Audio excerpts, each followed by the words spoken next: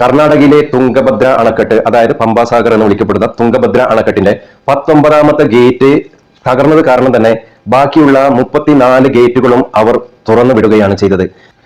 Dam പൊട്ടിത്തകർന്നുണ്ടാകുന്ന അപകടത്തിന്റെ ആഘാതം കുറക്കാൻ വേണ്ടി മറ്റ് 34 ഗേറ്റുകളും തുറന്നുകൊണ്ട് ഒരുമിച്ച് ജലം ഒഴിവാക്കിക്കൊണ്ടിരിക്കുകയാണ്.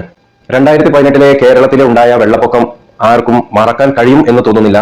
ഒരുപാട് ഗുണപാഠം ഉണ്ടായിരുന്നെങ്കിലും ഒരുപാട് നഷ്ടങ്ങൾ അവിടെ സംഭവിച്ചു. അത് ഇന്നും മലയാളിയുടെ മനസ്സിൽ മറക്കാത്ത ഓർമ്മകളായി നിലനിൽക്കുന്നുണ്ട്. ഇതിനോട് കൂടെ തന്നെയാണ് നമ്മുടെ മുണ്ടക്കയം ചൂരൽമല. ഓരോ അപകടങ്ങളും ഓരോ മരണവും ജീവിച്ചിരിക്കുന്നവർക്കുള്ള പ്രകൃതിയുടെ ഒരു താക്കീതാണ്.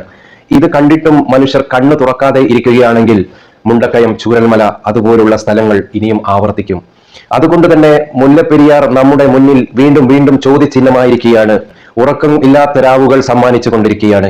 ഇനിയും ഒരു കാരണം കൊണ്ട് ആര് എന്ത് ഗ്യാരണ്ടി പറഞ്ഞാലും ശരി, സുർക്കി മിശ്രിതം ഉപയോഗിച്ച് നിർമ്മിച്ച അവശേഷിക്കുന്ന 2 അണക്കെട്ടുകളിൽ ഒന്നാണ് ഇത്തരത്തിൽ അപകടം ഇന്ന് സംഭവിച്ചത്. 70 കൊല്ലത്തെ ഗ്യാരണ്ടി പറഞ്ഞ ആ അണക്കെട്ട് കറക്റ്റ് 71ാമത്തെ കൊല്ലത്തിൽ അത് തകർച്ചയുടെ തുടക്കം ആരംഭിച്ചു കഴിഞ്ഞു. ഇന്ന് ഷട്ടർ പൊളിഞ്ഞു വീണു, എല്ലാം തുറന്നു വിട്ടു. വരും മണിക്കൂറുകളിൽ അവിടെയുണ്ടായ ആഘാതവും അവിടെയുണ്ടായ നാശനഷ്ടങ്ങൾ നമുക്ക് വാർത്തകളിലൂടെ കാണാവുന്നതാണ്. അടുത്തത് 132 വർഷം പഴക്കമുള്ള മുത്തശ്ശിയായ നമ്മുടെ മുല്ലപ്പെരിയാർ അണക്കെട്ടാണ്. തമിഴ്നാട് ഗവൺമെന്റ് പലപ്പോഴായും അതിനെ ഫലപ്പെടുത്തിയത് കൊണ്ടാണെന്ന് തോന്നുന്നു ഇത്രയും അത് പിടിച്ചു നിൽക്കുന്നുണ്ട്. പക്ഷേ അതിനും ഉണ്ട് ഒരു പരിധി. മുല്ലപ്പെരിയാർ അണക്കെട്ടിനെ ഫലപ്പെടുത്തുവാനുള്ള എല്ലാവിധ മാർഗവും തമിഴ്നാട് സർക്കാർ ചെയ്തത് കാരണം ഇനി അതിലേക്ക് അവശേഷിക്കുന്നത് എന്നുള്ളൊരു ചോദ്യം എല്ലാവരുടെ മുന്നിലുമുണ്ട്.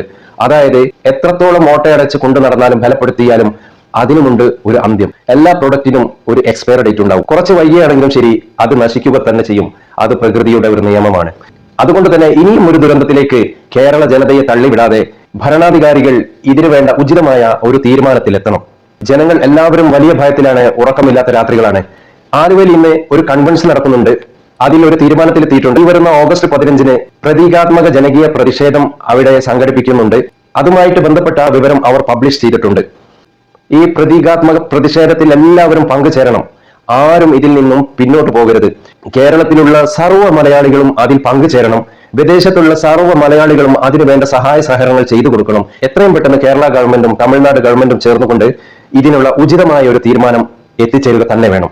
സർവ്വ മലയാളികൾക്കും മനസമാധാനത്തോടു കൂടെ പേടിരഹിതമായി കിടന്നുറങ്ങുവാനുള്ള രാത്രികൾ ഇനി സമ്മാനിക്കട്ടെ എന്ന പ്രാർത്ഥനയോടെ എല്ലാവർക്കും നന്മകൾ മാത്രം നേർന്നുകൊണ്ട് നന്ദി, നമസ്കാരം.